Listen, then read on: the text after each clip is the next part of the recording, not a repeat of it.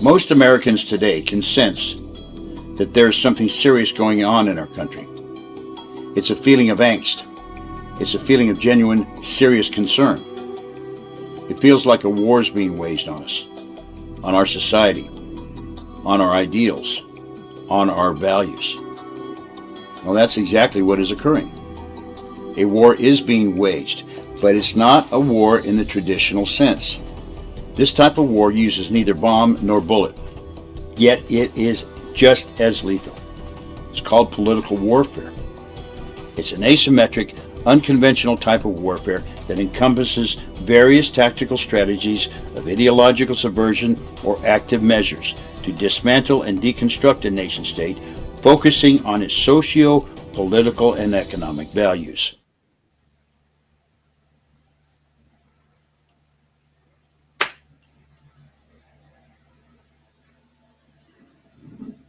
Can't hear you, boss. Oh, and now EPAC Perspectives with H.G. Goerner. That's what hey, everybody. Sound the first Timbo. Time. Hey, how are you, man? Trying to stay out of trouble. Hello to you and Jen. Bless your hearts. I love you guys. Today's going to be an interesting show. I'm the founder of EPAC, and you're watching EPAC Perspectives, a perspective from my point of view. And let me put it to you this way. We try to bring as much reality into this perspective as we possibly can. What I wanted to say real quick, about reality. For instance,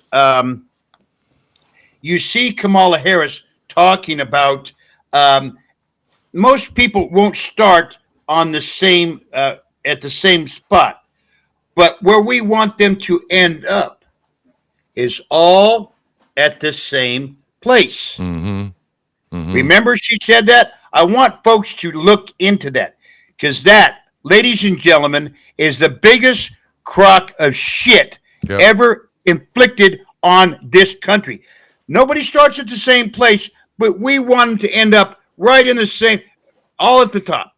Yeah, equity. That's what's called equity, and that's a bunch of horse crap. Right. It's called equity of outcome. Yeah, yep. Rather than the term is equality of opportunity and equity of outcome. That is a major, major scam of unbelievable proportions. No one will end up, this society, there is disparities. Thomas Sowell, in my book, talks about disparities. In reality, in life, there are going to be winners and losers. That's how life is. She is feeding the American people so much crap, and then she basically robs and steals terms from Donald Trump and said, and she's buying the vote. That is the anybody listening to me, I understands that. I think 100%. Hey, but there are people. Did you hear the latest thing today? That Kamala Harris doesn't want.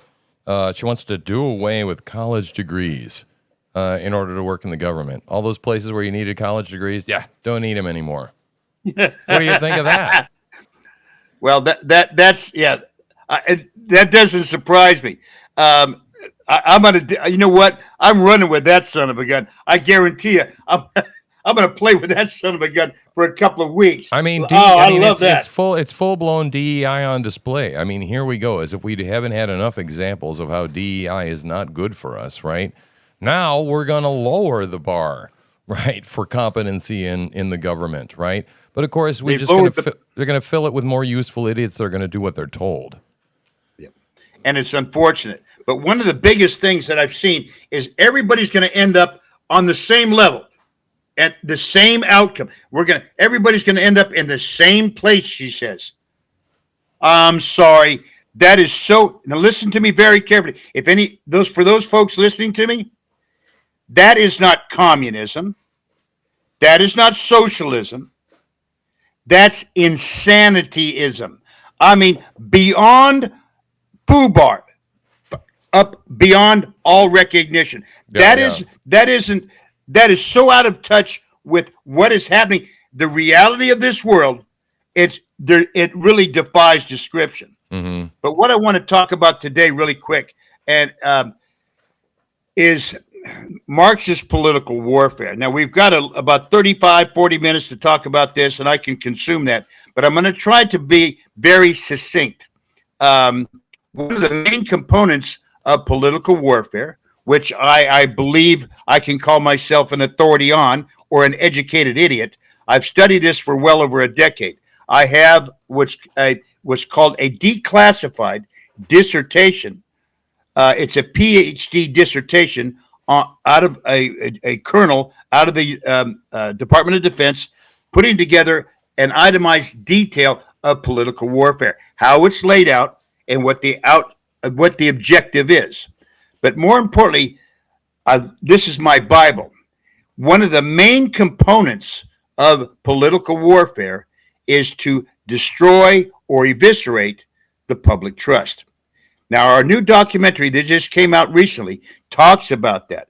That's the very first sentence we use in Legacy of a Nation. And everybody can go, if you can, right there above my head, Preserving America, EPAC.com. I posted it in the chat. It's in there, so you can just click the link, guys.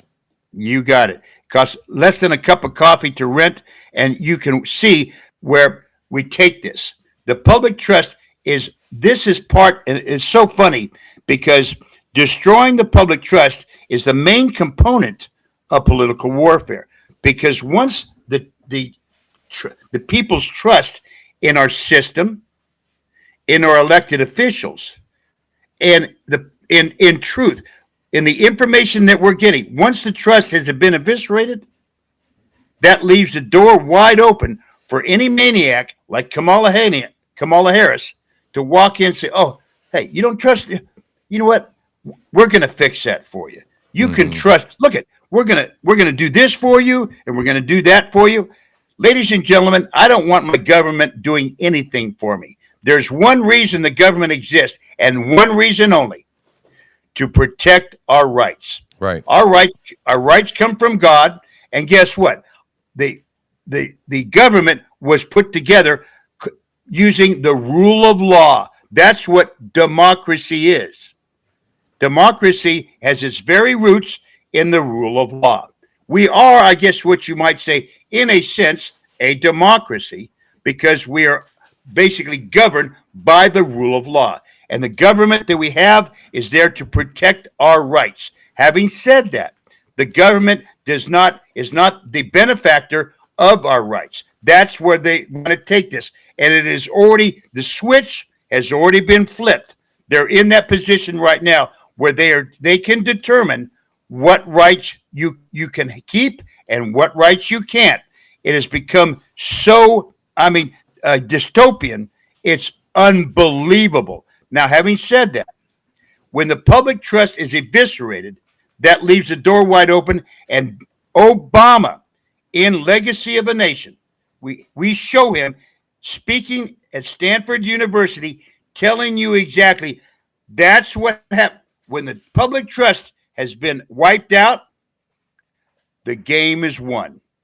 And that's where we're sitting right now. And that literally scares the bejeebers out of me. Yeah, I agree very much. And, one of the things that I saw today is I saw a montage of clips, but apparently what's going on is now lately is that Kamala Harris has been talking about the fact the government has a responsibility to regulate speech because of all the dangerous stuff that's out there. And she literally said, we just can't have people out there talking to other people and saying things without the government involved.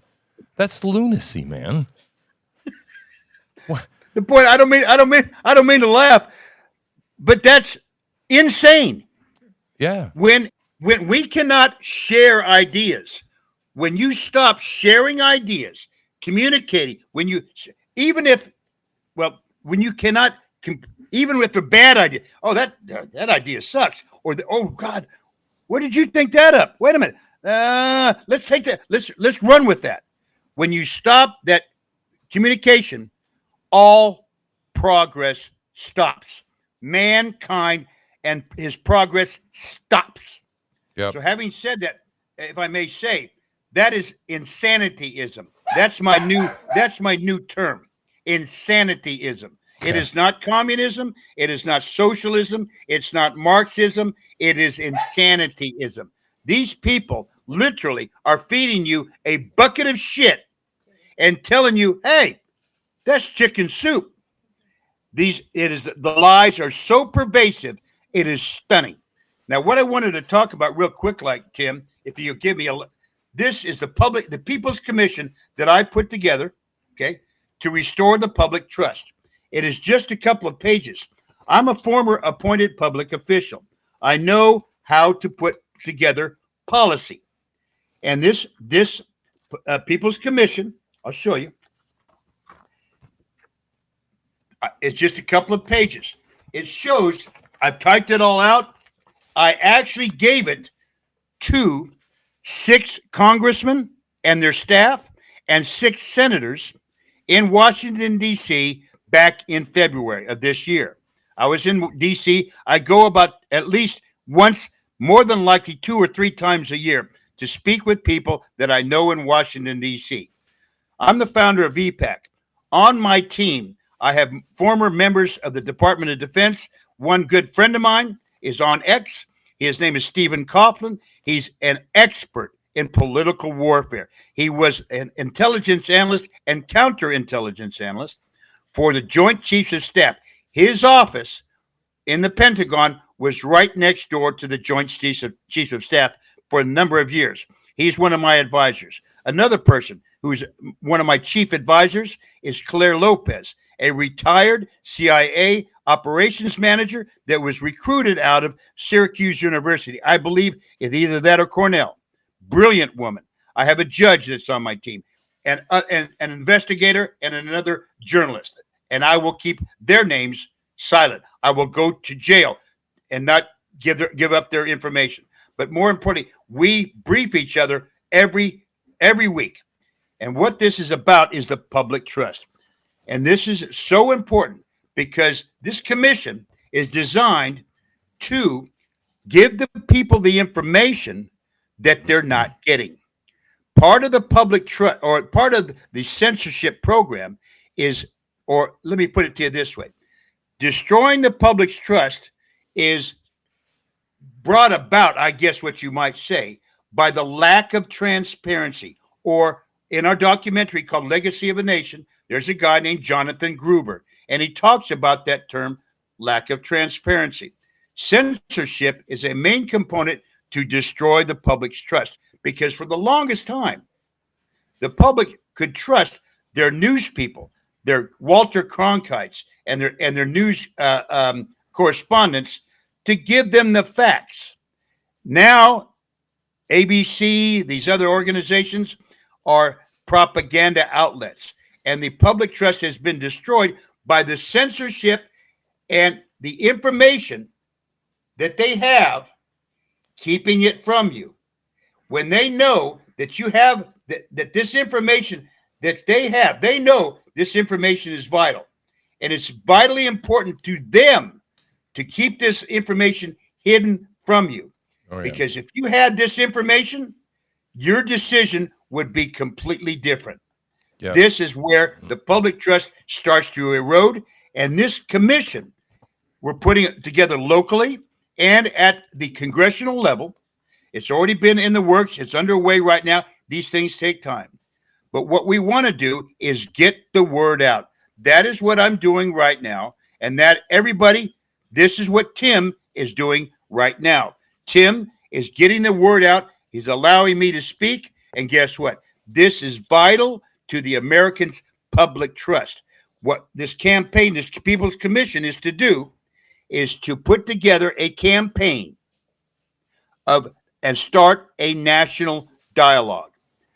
Members, there are thousands and thousands of people in our federal government that are working tirelessly to preserve and protect our country and our Constitution. You are not getting their information. That is withheld on purpose.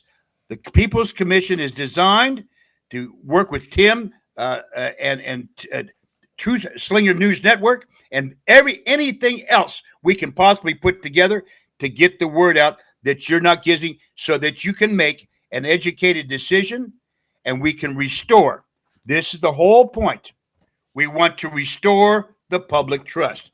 How do you do that? Yeah. Show the people that there are thousands and thousands of people in our federal government fighting to get the word out and preserve and protect our Constitution and our country. We can win this war, and there's a miracle that's going to happen, but we'll talk about that in a minute. But this is where the commission is put together to try to restore the public trust. It has been eviscerated so dramatically, with a whisper, it would vanish. Yeah. Well, I mean, it brings to mind, Operation Mockingbird that's been going on for years that I'm sure you've heard of, and that there's been a campaign, and I don't think it was as bad back in Walter Cronkite's day as it is today. The sheer wall of gaslighting that's going on and disinformation, and I think Alex Jones really kind of had it pegged, when he coined the term InfoWars, right? Yeah. But I don't know. Have you seen Kamala's latest interview? Have you happened to see that? Oh yeah, I made a comment about it. Oh yeah. Yeah. Oh yeah. Yeah, I wanted to do a show about it. I didn't have time to do it today, but that was probably one of the least transparent, vapid things I've ever seen in my whole life. I mean, it's just like this whole thing is choreographed and orchestrated, and I think everybody's kind of fed up of the mainstream legacy news. I mean, they gave this interview to some local Channel 6 ABC, I think it was ABC guy again. And I mean, she gives this big, long, rambling ass bullshit answer, and he just looks at her and he just goes, It doesn't challenge her, doesn't hold her feet to the fire, anything. I mean, the woman said absolutely nothing. We need to expand our capabilities and visions or some shit, and Do you remember what she said? Mm-hmm. Do you remember what she, in response to his question, what do you see going forward about the economy? What is your policy? She doesn't lay down any type of concrete information about how she can drop inflation. She talks about, when I grow up, we did this. She talks about her family history. She doesn't go anywhere near the policy that he's asking the question. She doesn't have a policy. She has no idea how to fix inflation. There's only one way. Stop giving the Democrats a checkbook. Yeah, right. So, I mean, how do you feel about the Republicans? I'm just curious, because out of all this mess, we talk about a lot with my viewers and stuff, the uniparty, and, we've used the term rhinos, we throw that around. That you really think the whole stinking mess is salvageable, man? I mean, absolutely. It is salvageable. If you think it's not, it will not be. You have to, people, and please, I don't want to sound like I'm the smartest guy in the room, because I sure as hell ain't. But I know when I think positively, there's thousands of people in our federal government that are working tirelessly. They have the same heart and soul as we do. I know these people. I've broken bread with them in D.C. They're fighting the good fight. There are people that are trying to save their ass and get reelected. These are the people that you don't really. They are not so much the rhinos, but they're just being quiet. They don't want to ruffle any feathers and get canceled by the Marxist machine. If they remain quiet, guess what? They're going to get canceled. Here's where we need to take this. Talking about the public trust, the People's Commission. We want many of these senators and congressmen to speak out. I interviewed Byron Donalds, big, huge African-American man, the greatest, brilliant, on fire, great guy, right across from, and sat there and interviewed him in our first documentary. Guess what? He has the answers. He's speaking out. Ron Paul is speaking out. Senator Cruz is speaking out. These other Republicans are speaking out, but you're not hearing what they're saying. They're fighting to keep and preserve the republic. You're not getting the information. Yeah. Well, it's often, I've seen where I tune into something and we watch stuff that other people don't, and then they pan the camera back, and there's like two reporters or three reporters and like, two cameramen in the room, and that's like it. There's nobody there, that attends some of this crap. And so it's kind of one of those things. A lot of times I think it's like if a tree falls down in the woods and you don't hear it, did it really fall down? Well, yeah, Damn straight it fell down. yeah, it did fall down, but But nobody heard it. nobody heard it. What Right? good is it? Yeah. So, Exactly. that's what I guess that's what we're trying to do in a small way, and like I said, it's just us and an army of a lot of other people, to start asking the questions. And I'm not so sure. I mean, I don't think any of us has seen anything like this in our lives. And, I've been saying that I think that we're living in communism and authoritarianism. I think that we're kept in the dark and we're fed shit. And I tell you, I think the rats run real deep. And, I'm just wondering how many between now and, I don't know, the shenanigans you're talking about January of next year during the inaugurations, that Kamala Harris is going to be the one, theoretically, if Joe Biden hasn't keeled over, or his body double. Right? Well, January 6th, 2025 is going to be really interesting. But I was noticing in the comments, Mr. Woz, or Woz, W-O-Z, I have to say, I just don't trust this guy, Tim. As time goes on, he seems more and more suspicious. Well, I apologize. I don't want you to think I am some sort of suspicious character. I tried to be as transparent as I possibly can. If you think that, maybe I can change your mind. What can I do to make you not suspect me any longer? Tell me in the comments. Yeah, that's a Tell me in the comments. good question. That's a good question, because I kind of went, and He's entitled to his opinion. Yeah, Bless yeah, his yeah. heart. If that's what he thinks, he's getting a vibe. Bless his heart. I understand. There's a lot of suspicion about a lot of shit going around here. Yeah, But yeah, what yeah. I'm saying, many people will see as I'm bucking the system or going against. Here's the best way I can tell you. And I respect WOZ, bless his heart. Let me give you a perfect example. There was this information put out there that there was a group of Venezuelan cartel guys that took over an apartment complex in Aurora, Colorado. Then the next thing you heard was the Hells Angels are going to Aurora, Colorado, and they're going to confront these cartels. When that starts to happen, this is the human condition. You can take a baseball, and that's a baseball. 6 ways from Sunday, it will turn into a giraffe. It gets completely blown out of proportion. Yeah. That's what happened. We have to stick to basics. We have to stay in reality. All right, and this is what I just talked about. So then let me ask you about Springfield, Ohio, since that's the hot topic. This is what was brought up in the debate, and I said, let's let this debate age like a fine wine. And now we've got a whole bunch of people on the ground in Springfield, and there's a whole lot of information starting to come out about a lot of things that are going on there. What's your opinion on that? Just curious. Well, you're referring to the cats, the Haitians eating cats? Yeah, cats and dogs and ducks and all the other nonsense that's going on there. All the strain on the resources, 4 crashes a day, can't drive worth of crap. There's voodoo supposedly going on, the Creole culture, the Haitian culture, voodoo's a big thing. That's the Haitian culture. Yeah, part of the big voodoo is a big part of that. Yeah. But here's the thing: you can take one little isolated incident and turn it into 1,000. That's what happens in social media. Right. And that's where in fact, many of these I'll even give Biden credit for going after putting together this information war, or this war on misinformation. That's not the government's job. It is the public's job to take this information, use your critical thought, and go, wait a minute. What are they? Cats? They're eating cats? Dig into it. This is where it's switched. It's gone.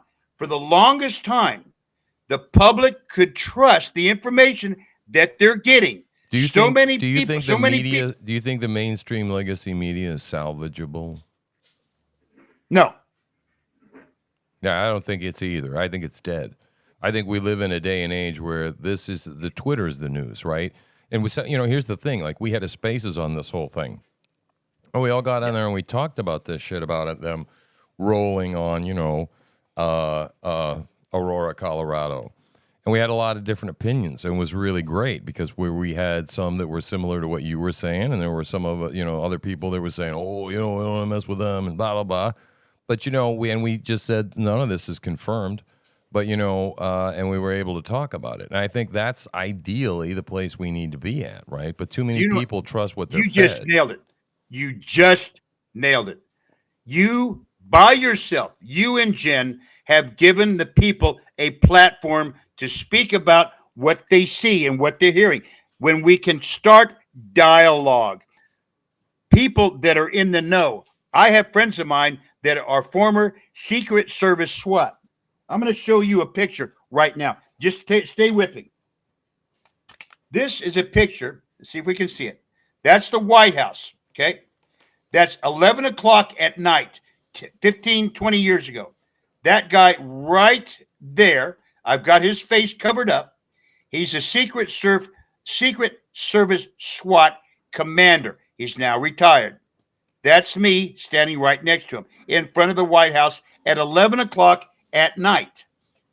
These people are working hard to do that. And you don't hear what they have to say because they have to be guarded. They can't get this. What is happening is you're getting a lot of people that don't have the correct information, and they're putting it out here in the best interest that they have. Oh, I just heard that the Hells Angels, cool, they're going to Aurora. They're going to go after those Venezuelans.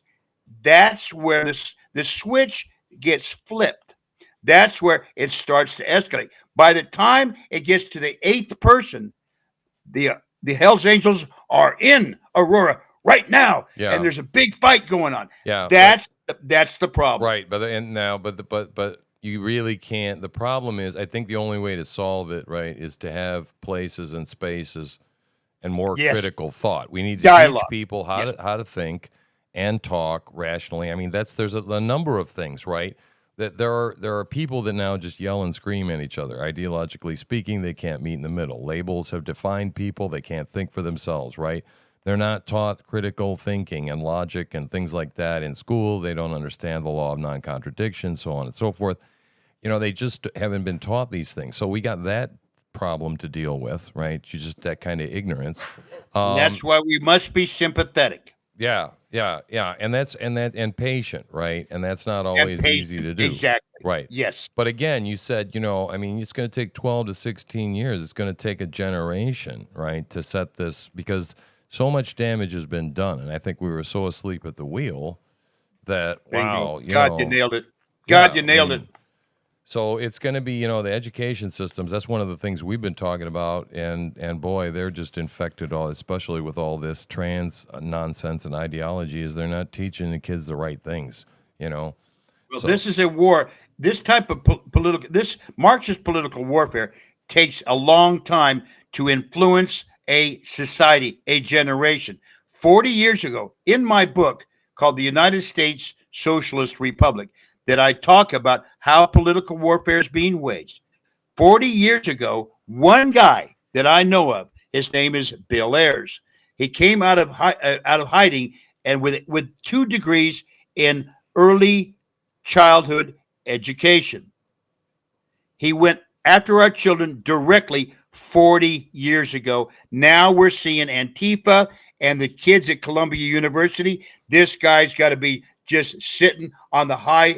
He's loving this stuff because this is the guy that started it. This is the Marxist machine and their effect on our children and our society. And yes, protect your children. But one of the things I want to say is that if we as a people start to discuss, and one of the things I want folks to try is not so much critical thought, but don't make a claim that you might suspect is not true.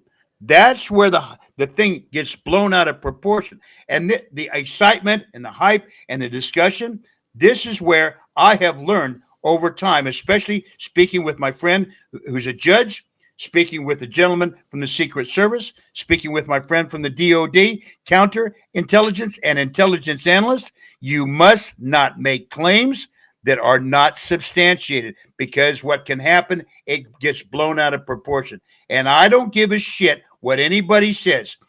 All speech is protected.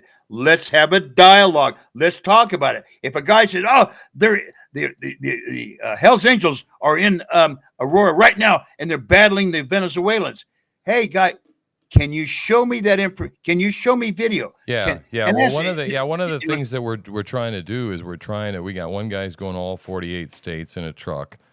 And so we've also got Ian Fisher going to places like Lewiston, which is kind of blowing up. I don't know if you know anything about Maine right now, but Lewiston is just starting to kind of get nuts over there. They've got yeah, we're the whitest state, and they brought in a whole bunch of Angolans, I think they are, and yeah, Congolese, and essentially we've got 16-year-old boys in the same class with 10-year-old girls, and there are fights breaking out, and black people beating up, the migrants are beating up the white kids, and it's really getting to be a mess down there. But we haven't really. I mean, we're anytime we got video or something, we share it, but we're gonna have somebody go there, right? Ian's gonna go there for us because I want to talk to people on the ground. I want to know what's going on over there because it seems a lot like Springfield. And we're in a position to do something. And so one of the great things that's going on right now in Springfield is there's a whole lot of people, citizen journalists, that are descending upon Springfield to give the correct, true, and accurate story of what is actually going on there. Right? First-hand knowledge. Video on right then, live video of what's happening. But I want to show you something real quick. And that's where we really... We got citizen journalists that actually have the time and the effort and the money and the resources to go down there and show the people exactly what's happening. But they're Freedom Audits 207. I just saw that guy. I'm new to your channel, and a good friend of mine told me to reach out to you regarding my future plans to become a First Amendment auditor. I would like to hear from that guy big time. Go to preserveepac@gmail.com. Let's have a conversation. I'd like to interview you. You're going to be a First Amendment auditor. I love it. I love it. Basically, is the freedom of speech, the right to redress of grievances, etc., and it's all that stuff. Let's have a conversation about that. What if you're going to be auditing? What are you going to be doing? What are you going to audit? How is that going to work? I'd love to have a conversation with this guy. Give me that email again, HG. preserveepac@gmail.com. Gotcha. That's preserveepac@gmail.com. Yep, I'm the founder. I posted it. Yeah, I posted it. Good deal. Good. All right.